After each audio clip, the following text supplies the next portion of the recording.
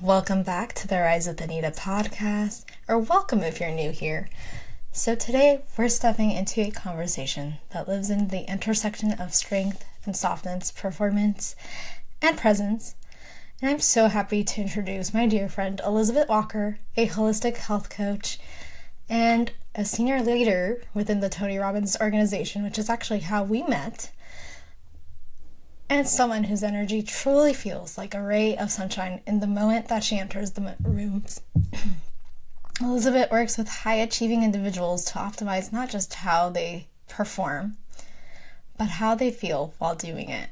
Her work bridges the physical, emotional, and nervous system layers of health, helping people move beyond burnout, perfectionism, and survival-driven success. And what I deeply appreciate about Elizabeth is despite operating in high-performance spaces, she leads with warmth, openness, calming energy, and humanity. She embodies the truth that real strength doesn't come from armor. It does come from vulnerability, from presence, from learning how to actually listen to the body and honor what's actually there. In this conversation, we're going to explore what vulnerability really means when you're used to being the strong one, how embodiment changes the way we lead and perform, and why slowing down can actually be the most powerful upgrade you'll ever make. She has accomplished a lot, but this is not only for the accomplishments. This is a conversation for anyone that knows that there's more honest, integrated ways to live and lead. So Elizabeth, welcome to the show. Thank you so much, Anita, for having me. That was beautiful. Thank you. Thank you. I just want to say you are a ray of sunshine, and I'm so honored to know you. So, I open up with something a little different than the typical podcast.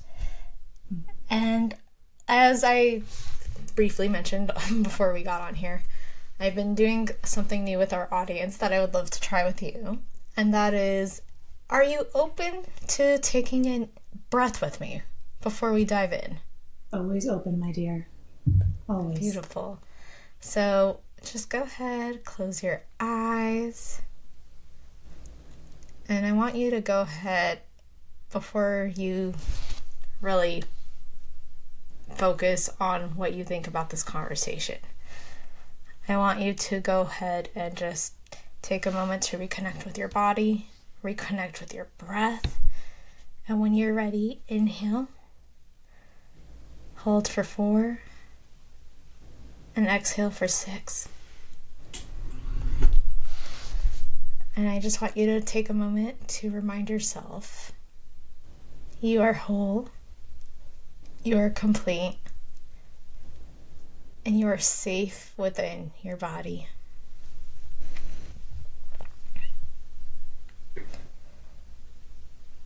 Thank you, my dear. Thank you. How was that experience for you? Beautiful. Beautiful. Thank you. Now, before we actually dive into the conversation, I always open up with a question that doesn't hit your resume, but it actually hits your heart. So, What is bringing you joy in 2026? Oh my goodness, so much joy abound. Stepping into my goddess era, honestly, really embodying this identity of effortless elegance and enchantment. It has shifted how I approach everything. So this, you're familiar because we've had these conversations of self-love, right? And really going into loving yourself and truly loving all the parts of yourself, not just the inside, outside perfections that everybody sees, but those imperfections, those messy middles. And when I started really loving those messy middles and those parts of me that maybe I wasn't so proud of, there was this opening of just absolute abundance. And so in 2026, I'm looking forward to continuing to develop this goddess that has been released or is here in front of you today, and continuing to grow the self-love for myself and acceptance and helping others get to this point too, because when you truly get to that point of really honestly loving all of you, it's the best love in the world. Beautiful. Yeah. Beautiful. So that brings me to a interesting question. Not to put you on the spot, but what would you say was holding you back from stepping into that goddess energy before? Those opinions and voices in my head that weren't mine to own, right? Still holding on to things that I needed to let go of. I just needed to use the analogy, I basically dropped the dumbbell. If you think about the gym and you're lifting a weight, right? And when it gets heavy, you have no problem dropping it and starting again. Why do we not do that more in life when things like just don't fit with us? Why do we just not let go of what doesn't resonate or is not aligned with us? And so really putting that into practice every day of letting go of what is not aligned with who I want to be and who I want to become. Oof. That's a mic drop right there. Because when we think about alignment, a lot of times it's very easy to look at like the straight path of what I need to do to get to a certain spot.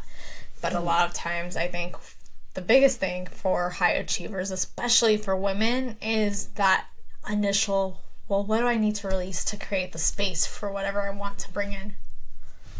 Yes, and it's a matter of being overdoing, right? Who am I being? Not necessarily what you're doing. Yes, what you do and the choices you make matter, but it's more about what you just said, creating that space and letting go. It's not about doing more. It's about what can you free up to allow yourself to really step into your authenticity. Where can you be vulnerable and open up and step into your true self? Where do you need to be honest within? Yeah, this is good stuff. I love you. Sorry, side note, can you guys tell we're friends? But this actually takes me back, and you just brought this up right before we hopped on and clicked record, which was we met 2 years-ish ago at a Tony Robbins event. Yes. It was the first time he was doing his little RPM event in person, and I got the honor of meeting you, or should I say the honor of having you walk up to me and offer me help while I was doing an exercise. And I remember being so in my head about it because there's that studious part of you that goes, I just really want to do this right. Yeah. And how much does that show up in our life, right? You just want to do it right. Yes.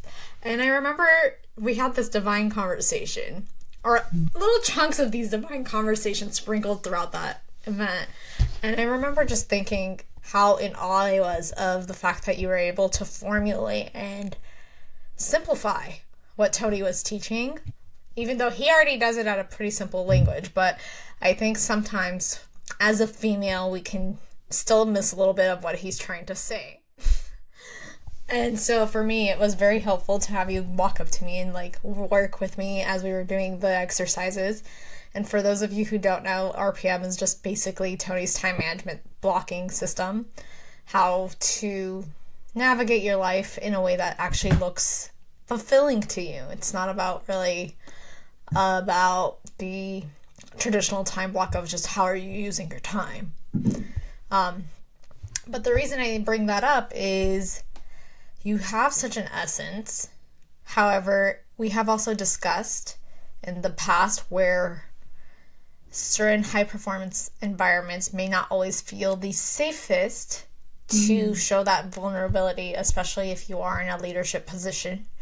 So what is your stance now, having been a senior leader for quite some time, in that sense of while you're working with high performers, how do you pull out that vulnerability out of them when they might have that, I don't want to call it a block, but we're going to use that word for a lack of a better term, a block, because perhaps they're sitting there thinking, I've always had to be the one to push past things.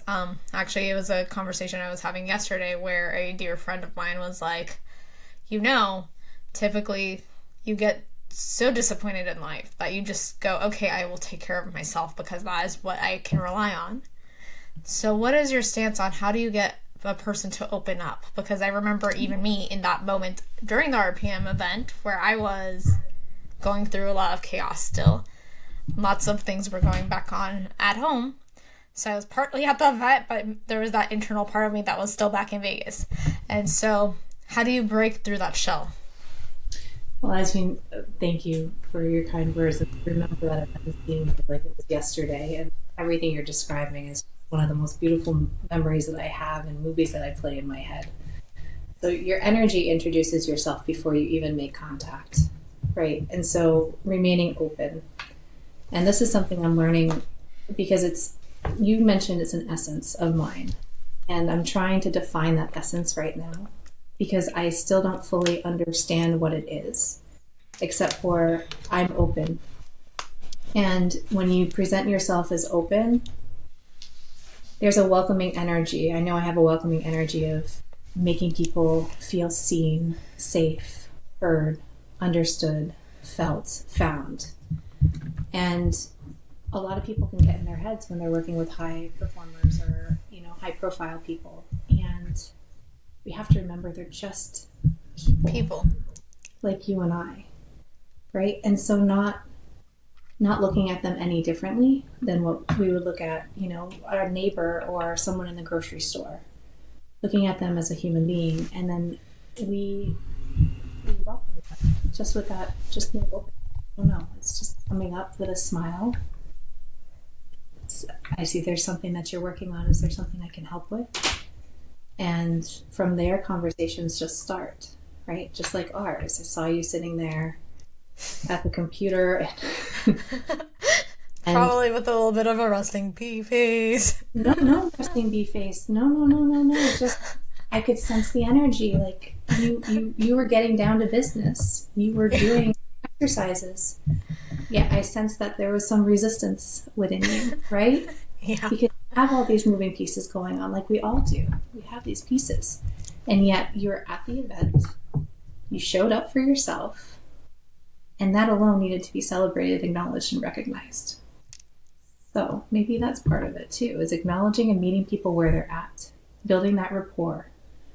And whether it takes just that smile, that gentle gaze, or that eye contact, or maybe it's a little bit of conversation. It's just connecting and meeting them where they're at, building that rapport, being open, and magic happens. Beautiful. Answer the question. Yes, it did.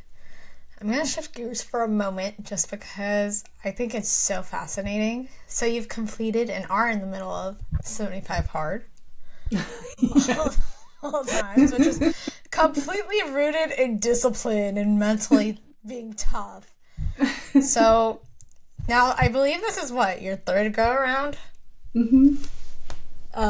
So what did that reveal for you about where you're honoring yourself and where that comes easily versus where it felt harder? Yeah, talk about a program that I resisted for so long. I had supported clients through it and watched it just wreck people, right? It's like, why do we have to be so militant about this? And so the approach that I have in this little side group that I have community of people that are committed to doing something for themselves.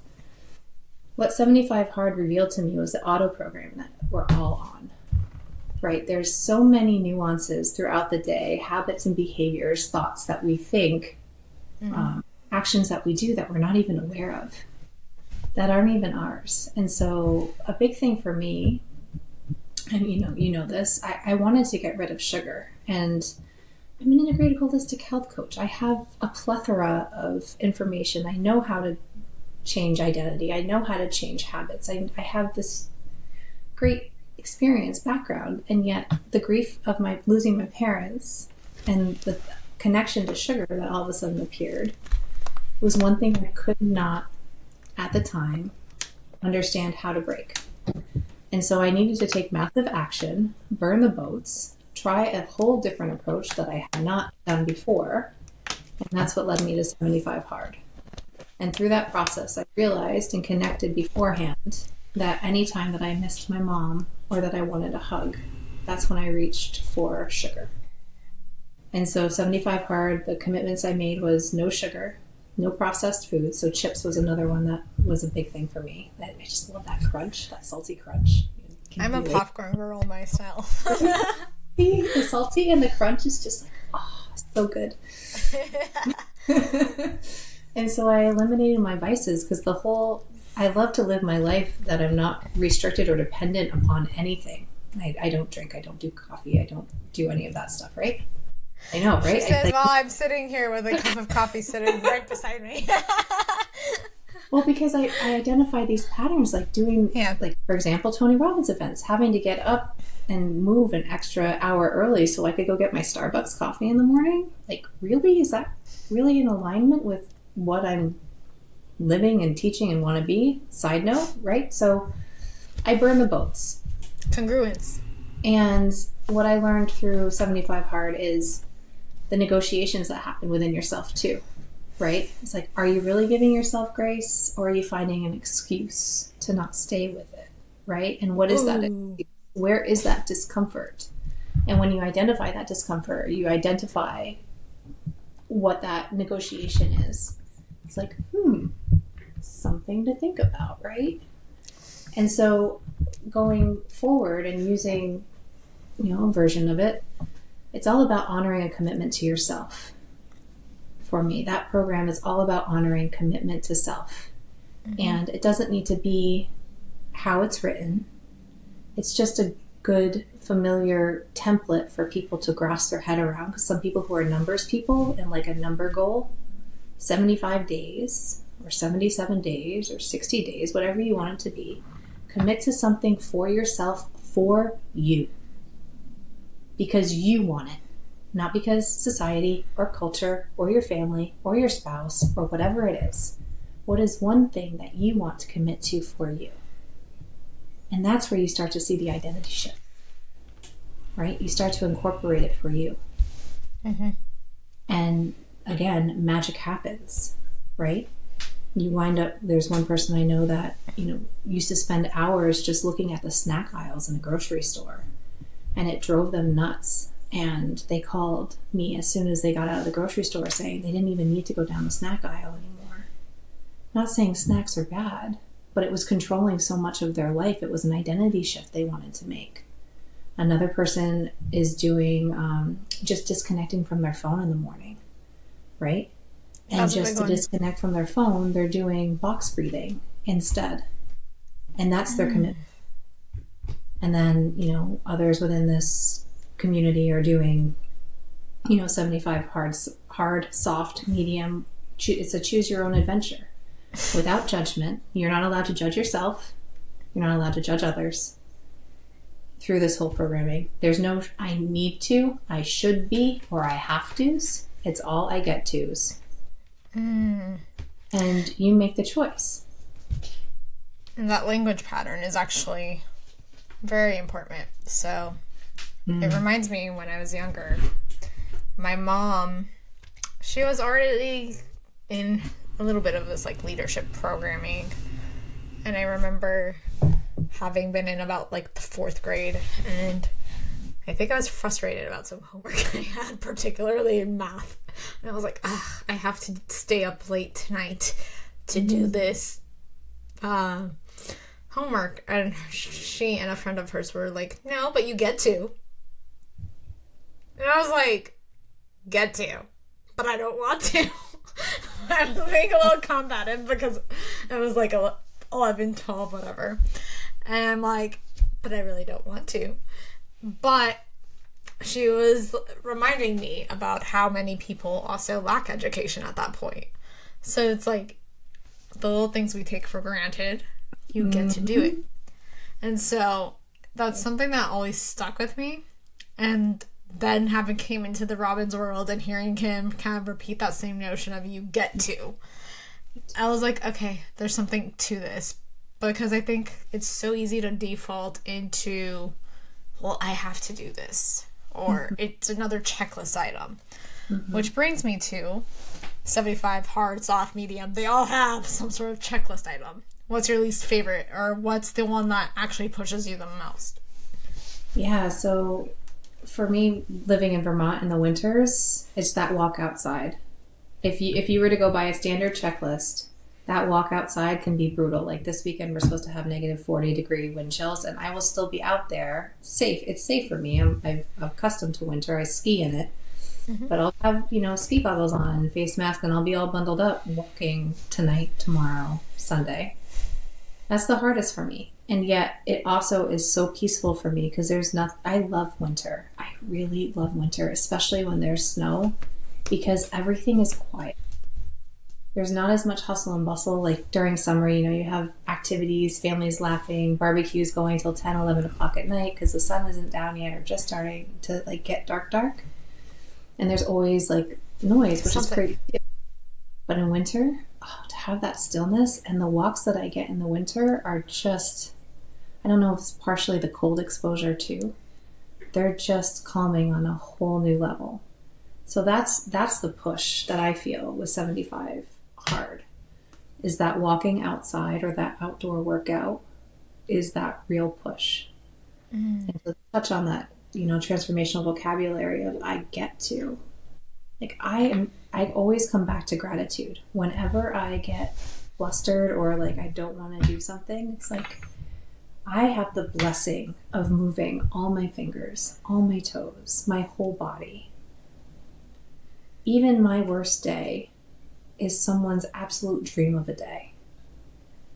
So I'm doing myself a disservice by not honoring what I'm able to do and what I get to do.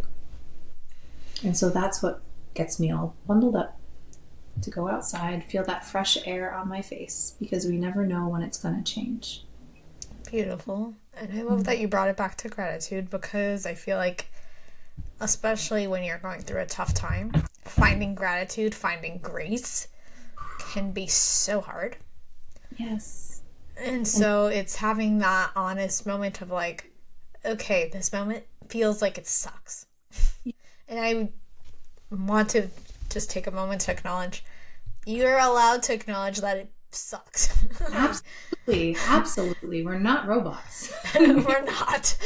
We are not AI. We get to have feelings. We are not AI. We do have feelings, and that is the one differentiator between a human and an AI bot. Yes. But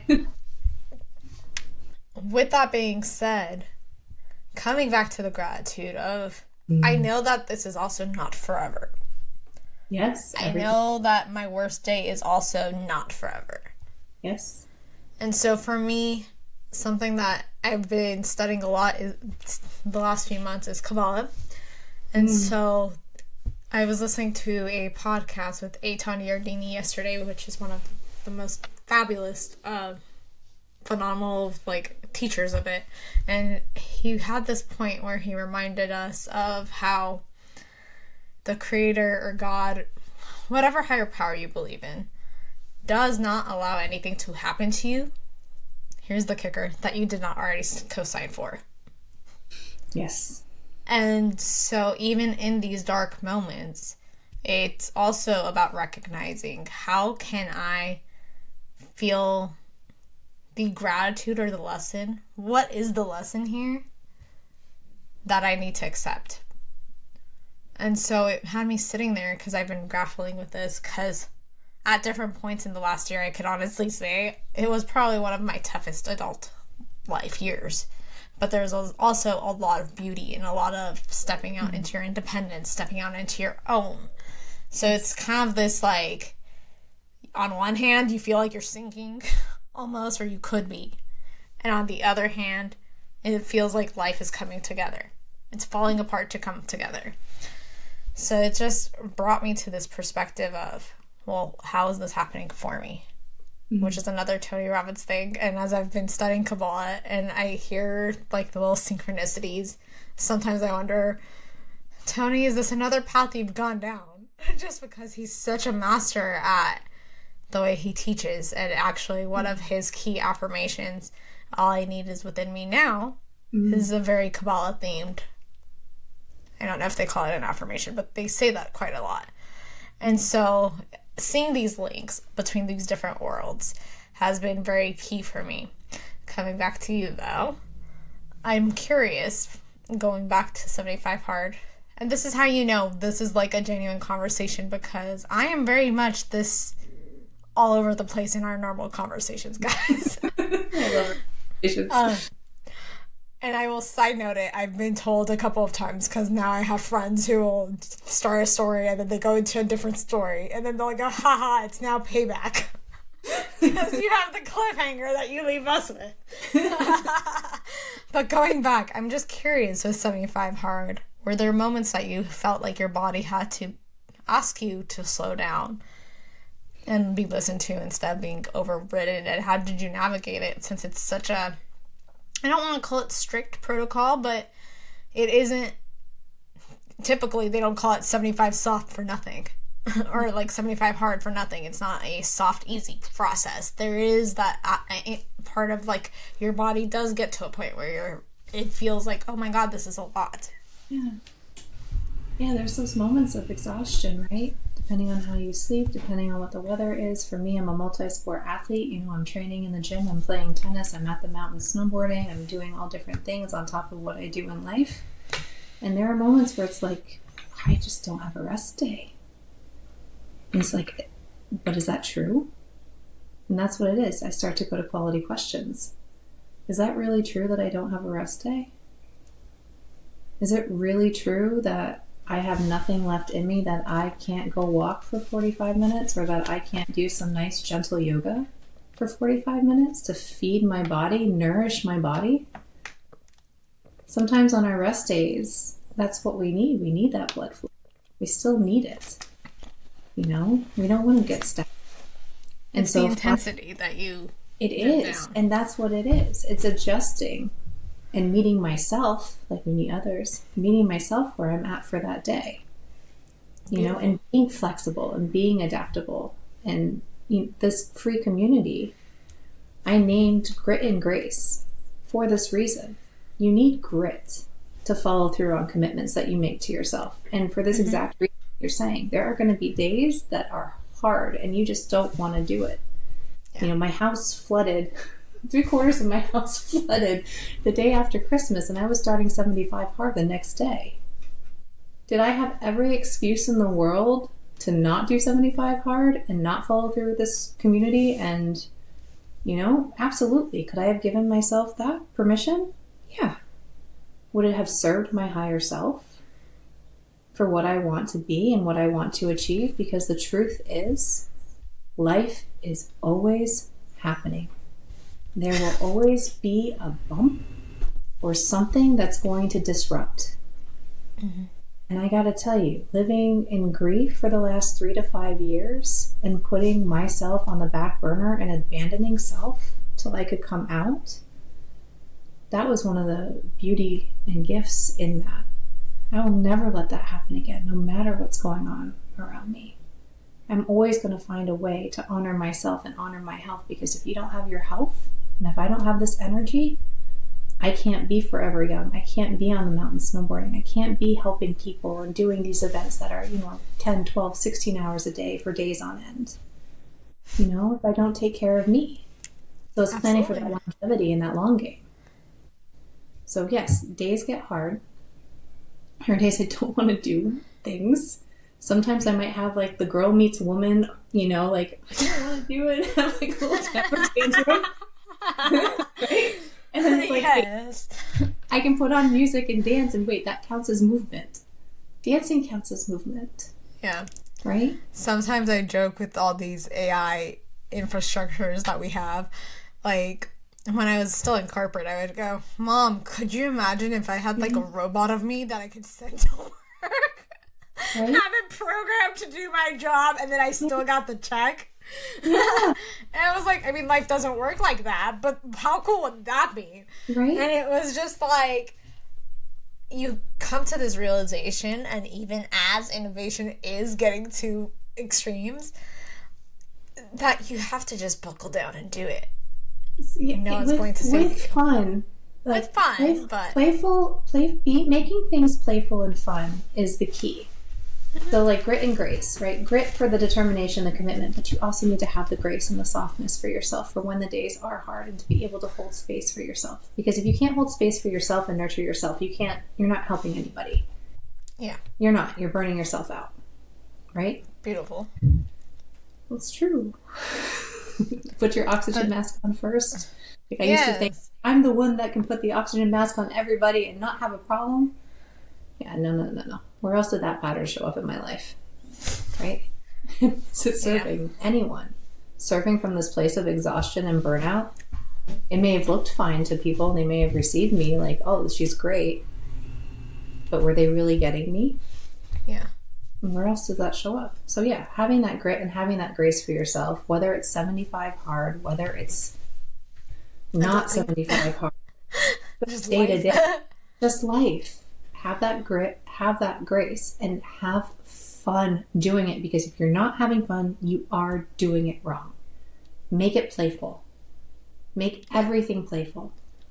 Get in touch with that child within.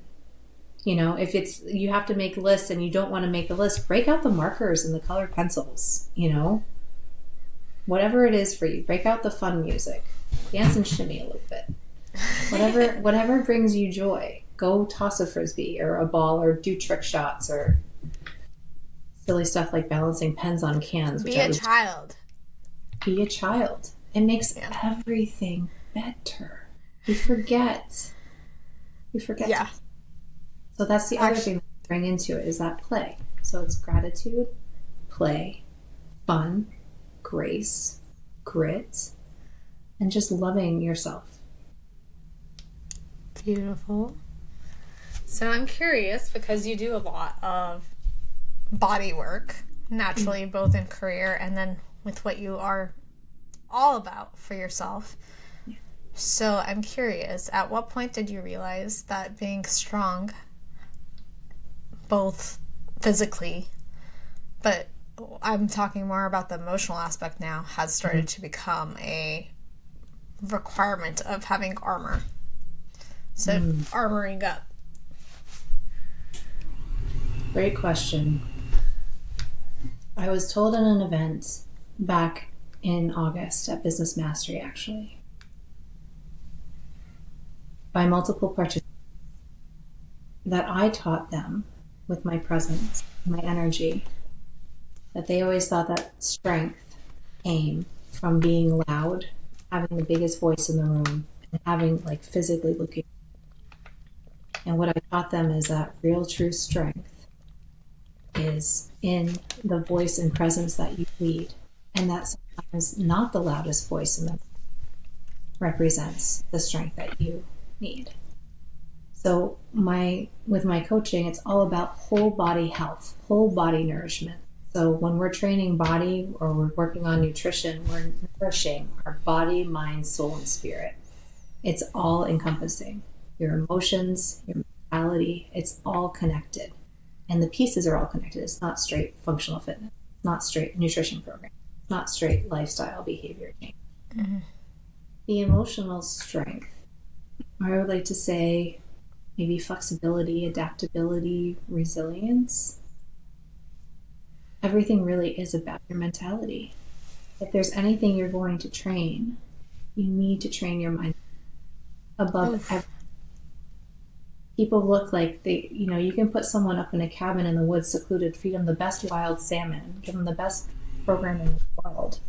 But if they're stressed and constantly thinking about their to-do lists or what's going wrong in their life, they're not going to get the results that they need. So the real training that happens is with mindset and how you approach things. And this is one of the things that I learned from being a high-performing athlete my entire life. This is what sports taught me. It's mind over matter. No matter what the weather is on the day of the race or what's going on in your life the day of the match, you've got to step up and you've got to perform. And I had a coach that told me when I was younger, and it stuck with me my entire life, you're only as good as your worst day. Oof. Right? I had a huge match that should have been a slam for me.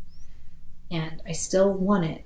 But it was one of the hardest matches I had ever had, and I didn't show up as I needed to show up because I had all the other stuff going on at the time, and I let it come in.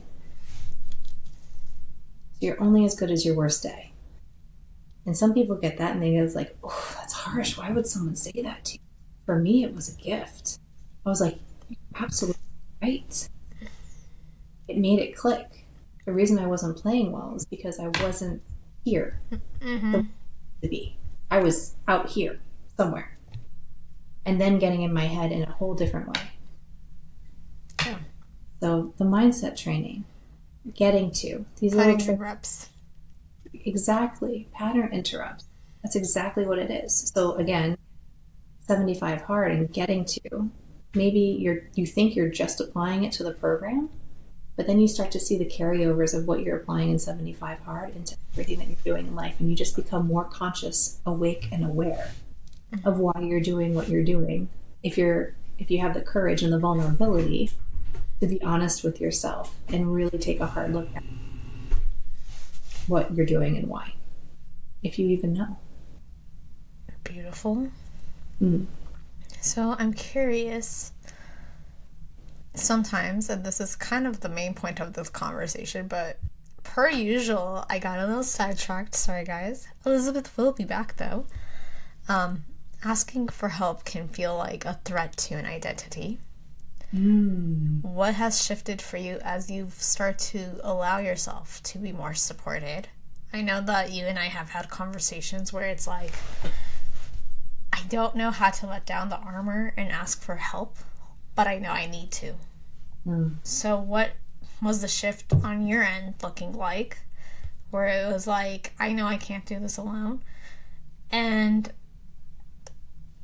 God, creator, whatever you want to call it, doesn't ask us to walk by this path alone. We are communal beings, but I feel like, especially if you are, when it comes to the fight, flight, fawn, freeze responses, if you are a flighter, much like myself, you are much more tempted to isolate. So how do you find yourself being able to be comfortable in asking for support? Yeah, so I'll be, straight out honesty. This is my next part of the journey. This is the journey that I'm on, because it's a dance with me. Being a single mom, being on my own, having to handle things on my own, it is very easy to just lock it down and try to stay focused on what I need to do, and you're acting out of survival, not fight or flight. What shifted for me is what you touched on, which is we are communal beings. There is a feeling of belonging and sense of community and connection that we need as humans. And so with that, my focus has shifted to developing relationships. And it's putting yourself out there, being open, being yourself, no mask, come as you are. Because we can't truly expect, so many of us get so mad that people aren't the way that we thought they were. Sit and pause and ask yourself the question, well, was I really who I was when I met this person and showed up for this relationship?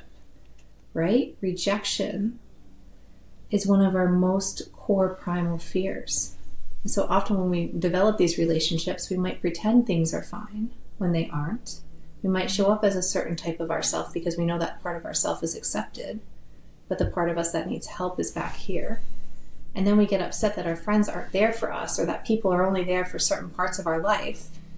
And it's because we didn't show up as we needed to be, or we abandoned self for connection because our need for love and connection is so high. We accepted breadcrumbs, which was a big hope for me. I could go a whole we can do a tangent whole yeah, right? Just breadcrumb treatment, because I feel like exactly my story mimics that quite a bit. Exactly. And so one of the big mic drops for me that was shifted was when Tony says, we get what we tolerate. Right? So if we're tolerating this with our connections and we're not being true to ourselves and we're constantly feeling like people aren't there for us, it's not easy to go out there for help. So by stepping into me, really stepping into me, refusing to abandon self anymore, love myself, cry through the people that have detached themselves from my life naturally, what's allowed is these beautiful connections like what you and I have and what I've been developing within, the community that I am reaching out to, that are saying back to me, it's not just me saying, I got you, what do you need? People like you are reaching out and saying, I got you, what do you need? And hold that space, right? They hold that space and that presence, and you can just breathe, let go. So this is my journey. So learning to receive help and ask for help, and letting people know that, yeah, I might not be okay on the day, and that's okay. Because also when we show that we're not okay and we share that story, we're not caught up in the drama of things. Like, we're not dramatizing our bad days, right? It's just, we're acknowledging it, we're sharing it. It helps others feel like, oh, it's okay that I feel this way too sometimes, right? Yeah. And receive that help, receive that love back in that we pour out into others. And this is beautiful. This is like next level unlocking of like loving self and allowing others to love on you and receive that help. It feels good. Beautiful. So that actually brings me into another question, which is, how do you feel your nervous system responds when you realize you don't have to hold everything alone? Do you still have a little bit of uneasiness because it's different? So your nervous system, when you're used to living in survival mode and used to just pushing and pushing and pushing and pushing, and you're feeding yourself cortisol constantly, when it starts to release, you can turn into a sloppy puddle. And so emotions start coming up that you thought you dealt with that maybe are resurfacing. Things come up. Yeah. Things come up in this process of letting go and letting your nervous system come down, because you've been digging it so much. Your mind's always distorting, deleting, and generalizing information. And so sometimes you might think that you had progress in an area where it's really just like, nope, we've got so much going on, we're just going to push that over there. And so it's a softening. It's the best way I can describe it. There's this softening in my nervous system where if I sit down now to enjoy a cup of tea, or just I know I need to take a break and just relax and release, I truly am present with myself, allowing myself to be present, not thinking about 1,001 things to do. And sometimes it's just like this big release of, oh, this is great. And other times it's a box of Kleenex and maybe a journal, and things are just coming up because I'm just letting go. Beautiful. And I just want to make a point that many people, women especially, equate independence with safety, but our bodies actually tell a little bit of a different story. And it's slowly about nurturing our bodies to feel safe in asking and receiving support. I say this with full transparency, though. This is an art, not a science, and it takes time to actually get to that place. I know a few weeks ago I had a moment and I had reached out in a group, and I was kind of done this like SOS if anyone's available, because for some reason I find myself in a lot of bi-coastal relationships, including this one. And so I think it was like close to 5 or 6 p.m. on a Friday, so I wasn't sure where the ladies would be at, but I was like, SOS, if anyone is available, I need support right now. And I remember in that moment having two trains of thoughts, which was, wow, don't be a bother. Like, you have all the tools on your own. You've been studying this work and embodying this work for years. But in that moment, I knew that let's call it monkey mind, was starting to kind of go rampant at me. And I was like, okay, if I don't talk this out, this 1 or 2 hours of like spiral is going to literally leak into a weekend if I don't put a stop to it now. And so I did the uncomfortable action of putting the SOS signal. And then the first 5 minutes after I sent that text, I'm sitting there going, do I just unsend it? Do I just unsend it? Easy, right? And the reason I'm bringing this up, and it sounds kind of humorous, is it can sound so foreign to ask for the help. And then even after you do make that move, you may have this moment where you want to cut off the potential to be seen in a vulnerable light. But what it really did, as I sat with the discomfort, and then I was sitting there going, okay,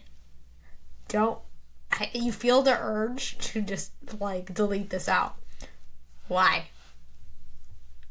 I had to literally sit there going, well, why? What's so uncomfortable for them to know that, hey, I'm having a rough day, or my thinking might not be as where it should be or where it is normally. And I realized, having a coaching background, having the breathwork background, having the full knowledge and the tools at your tool belt, it makes it almost feel it's another layer of vulnerability to ask for that help, because in our minds sometimes it feels like, well, I have all this knowledge, I can do it myself. But this also brings me to why coaches need coaches, or why coaches need masterminds, because we are not meant to do it alone. And if we could truly hold the space for ourselves, no one would need a coach. Let's just be very transparent. If we could always hold the space for ourselves, no one would need a coach.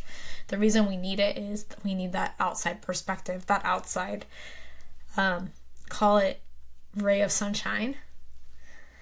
Because what happened was I allowed myself to be held in that moment by two different ladies from my dear mastermind group, and I was so relieved.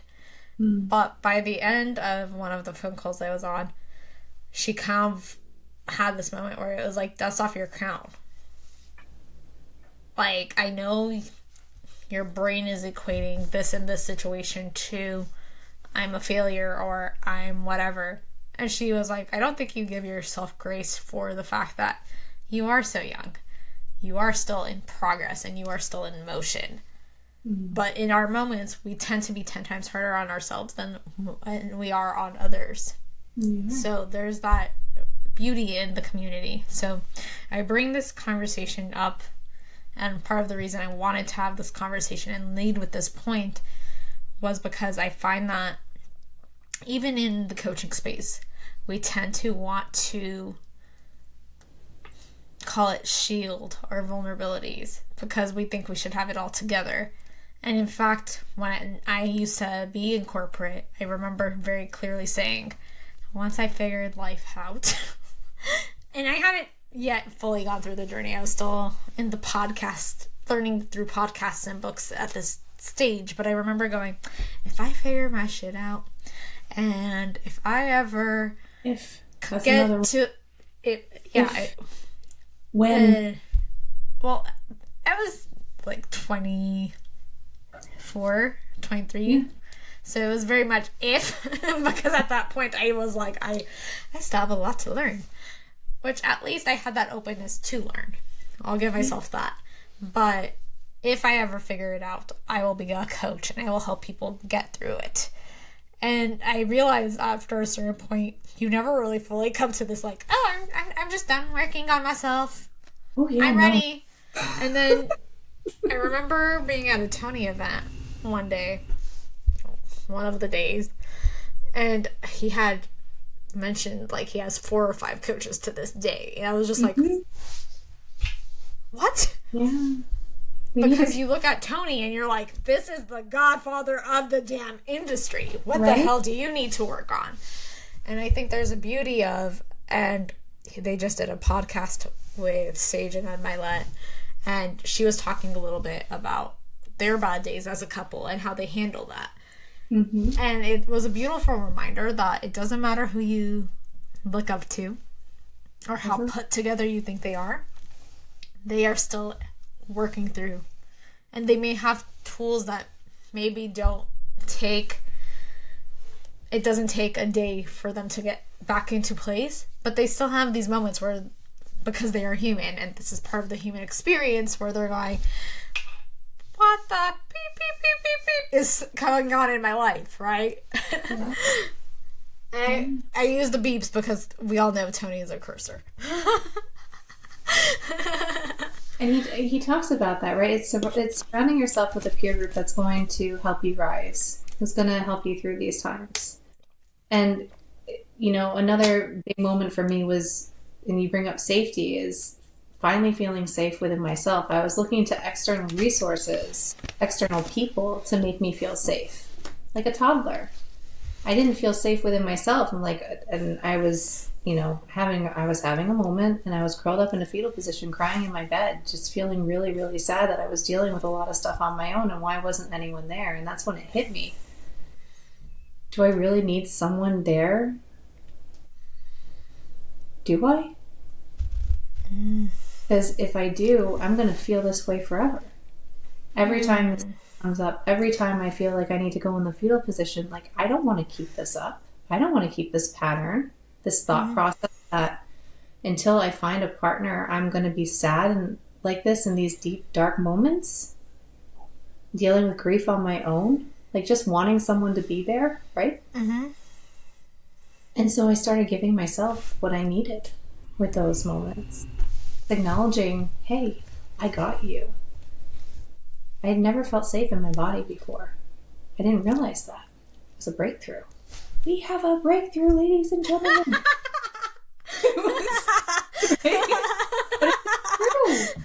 It was true. And that also started a whole detachment process from external things, because as great as it is to have community to come home to and have those coaches, as you mentioned, time zones are always, they're always going to be there, and there are going to be those times that we can't reach out to someone. Yeah. Or that we do reach out and we don't get a response back. So what do? Yes, I do spiral. I spiral too. We all will. It's just that I don't let the spiral continue to go down and down like a Tom and Jerry, cartoon. There comes a point where it's like, all right, Elizabeth, breathe. What is it that you need right now that you want from someone else? What can you give yourself right now? What is it that you need that you would give your kid or your mom or someone I care about? What would you be giving them right now if they felt this way? Yeah. I think for me, the big thing is that when I am having a spiral and I don't feel, for whatever reason, comfortable enough to do let me reach out to someone. Because that, for me, was actually quite out of character to do it in the moment. Because I have a very bad habit of, I will allow myself to spiral, I will pick myself up, and then I will share the reflection afterwards.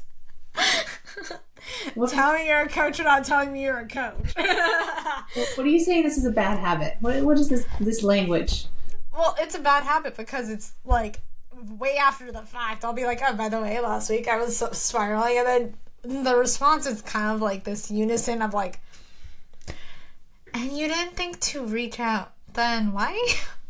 Like how we started this conversation today before we hit record? Yeah.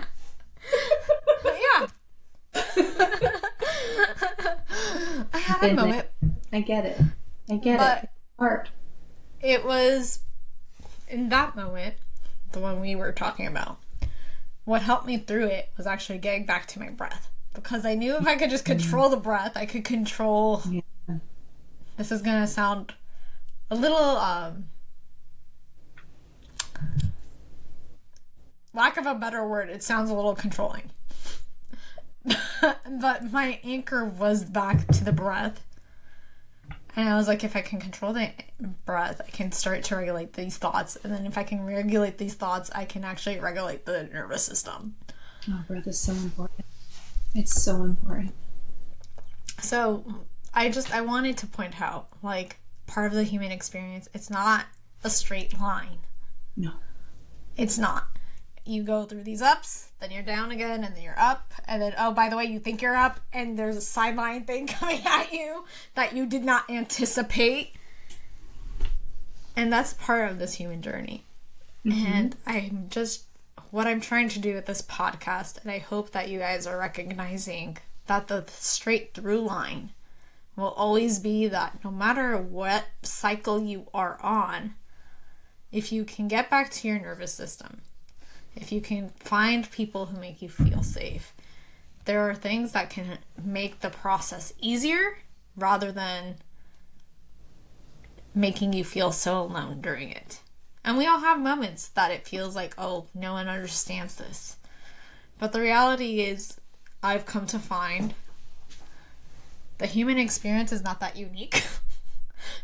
We all have a flavor of everything.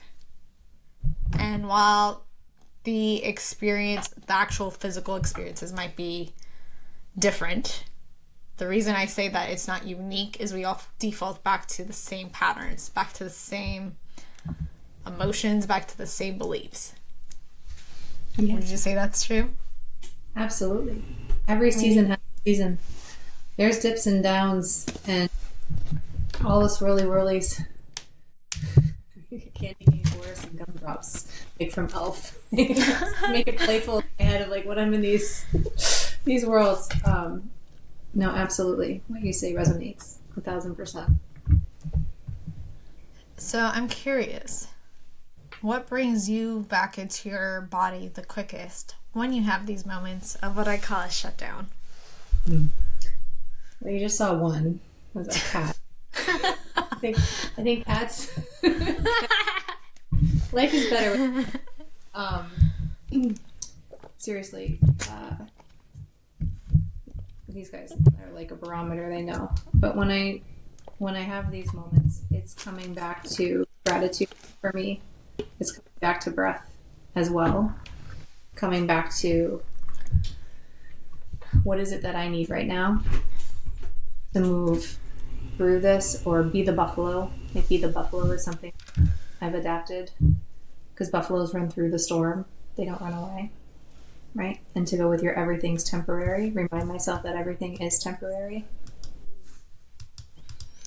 So I'm curious for you, how do you recognize the difference between when it's time to soften versus striving? Great question. Depends on the situation. Well, for you, typically. I mean, we can use real world examples right now with the flood and construction and the uncertainty that's around what's going on just with, basic Maslow's triangle of housing, right? Having secure roof over your head. I soften with grace and gratitude that we still have a roof over our head, that we are still able to be in this space right now, no matter the disarray.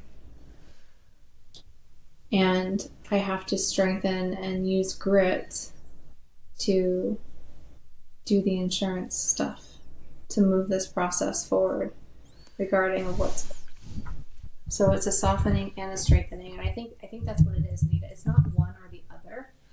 It's giving yourself grace in whatever the situation is, and then knowing what it is that you need to get to that next step. It's not about doing, right? But when you're in these types of situations where you just can't sit back and think that the universe is going to take care of it, because the universe has a hammer, but it's a whole different type of hammer that can put your house back together, right? And they have a whole bunch of, the universe is just different in how it shows up. So the universe can align people. We still have to take that action forward. Yeah. Does that answer? Yes, it does. Beautiful. And I'm curious, what's a gentle state shift someone could try today that still honors where they are in your perspective? That's exactly it. It's just honoring themselves, like taking a breath and celebrating the fact that they are here taking a breath. Celebration is, I should have mentioned it earlier, celebration is a huge one. It goes hand in hand with me with gratitude. I think of them as one and the same. What can you celebrate right now? If you have a down moment, like, what can you celebrate in this moment right now? For me, like, even on a cloudy day, it's like, it's always sunny. It's just the clouds are in the way. Celebrate that. It doesn't have to make sense to anyone but you, right? So immediate state change, finding that gratitude or taking that breath, or if you have energy and you want to be playful about it, what is it that I can celebrate right now? Like, oh, my hair looks really good. Something, right? Yeah. I get to share a screen with Anita with her beautiful smile. Thank you. It's been beautiful. Like, what can you celebrate? That would be the one thing I would say is pretty universal, is that can usually get you out of it. A killer song comes on the radio. Put music on. So I'm curious. We're about to wrap up, finally. I told her we would go for 40 minutes, and we're over an hour, but that is okay.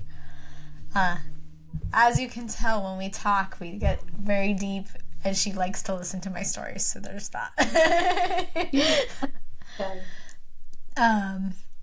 So who are you becoming right now that you don't feel that you need to perform strength in the same way that you used to? Yeah, so it's this goddess, Anita, truly, this goddess of effortless essence and elegance. It's really conditioning her. You know, my father talked about life is a journey about being and becoming and the fabric of our life. And the goddess just needs to be conditioned more and more. And I want to be, I'm not striving for the next, I'm striving for enhancement. I want to enhance the being that I am. Yeah. And just let this sink in and let her shine and let her play and let her out and see where it takes me. And it's the first time in my life I'm not looking at what's that next thing I'm going to do to achieve. What's that next thing that I'm going to do to, I don't know, prove my worth. I was about to say that has to be one of your top. I don't want to call it even a limiting belief, but what in Kabbalah they would call it. It would probably be one of your tikkuns, which is your soul's correction. Yes. I can acknowledge. I think you and I resonate quite a bit because I have similar. Yeah. My entire life had spanned into who can I prove, how can I prove, and it's ironic. I have a birthday coming up while we film this, and the other day my grandpa and I were having this beautiful conversation, and for those who haven't heard the latest episodes, he is diagnosed with a cancer. So every day I'm just grateful for a gift of having his life and his breath. But there was a moment where we were having this beautiful conversation and he looks at me and he goes, I just cannot wait to see your name as you start speaking on these stages. And then as you become bigger, and who knows, maybe you can be like that Tony Robbins guy, because everyone knows Tony Robbins is huge in my household. But he goes, I cannot wait for your name to be on these stages and lights and for you to prove who you are to others. And I had a feeling I knew who he was speaking about. There's a few family members in our little tie, but I literally had this beautiful moment, and I could say for the first time in my life that I actually said it with certainty and conviction, where it was just like, anyone I used to think I had to prove myself to, I don't. Dude. Oh, so good.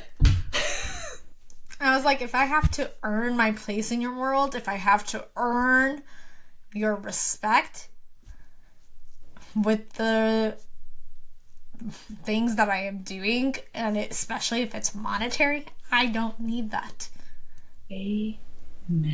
So it brings us back to whole and complete where we are. So Absolutely. It was just, but the reason I brought that moment up is to finally be able to say that, and it was the certainty of it. It wasn't, I'm just saying it because I don't care and blah, blah, blah. I'm trying to act like I don't mean it. It was, I'm saying it and I actually believe what I'm saying. Yes. And that is how I feel, because the little girl in me, the 7-year-old that used to operate and run life, used to be so concerned with, well, how can I prove myself? And if I do X, Y, Z, will I get such and such as recognition? Will I get their approval? Will I get their love? And I finally got to a place where I was like, what if I just don't need it? And you just circled back to the beginning of this conversation, right? Being our authentic selves, being in alignment, showing up as we are, allows everything in our life to show up as it's in alignment with us.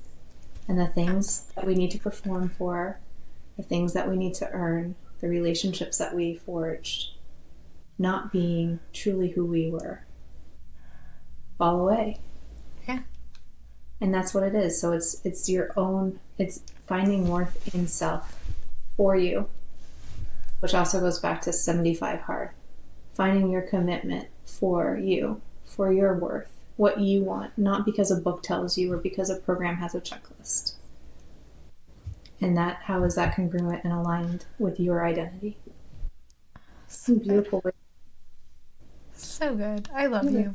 I love you too. Final question before I hit you with one of my favorite parts of the interview.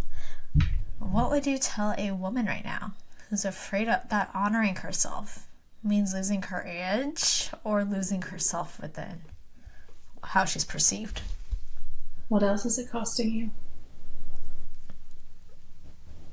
I love that she would hit you back with a question. Yeah. The answers are in the question. Always.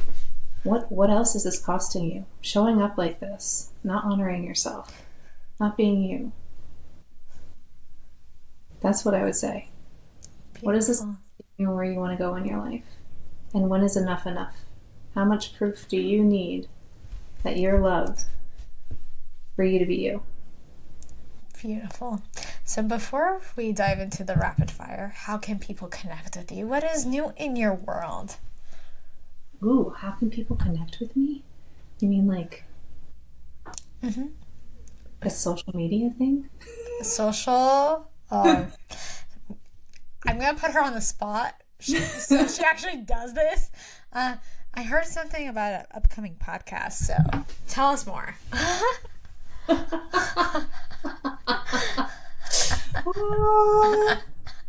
Speak it into the world and it will happen.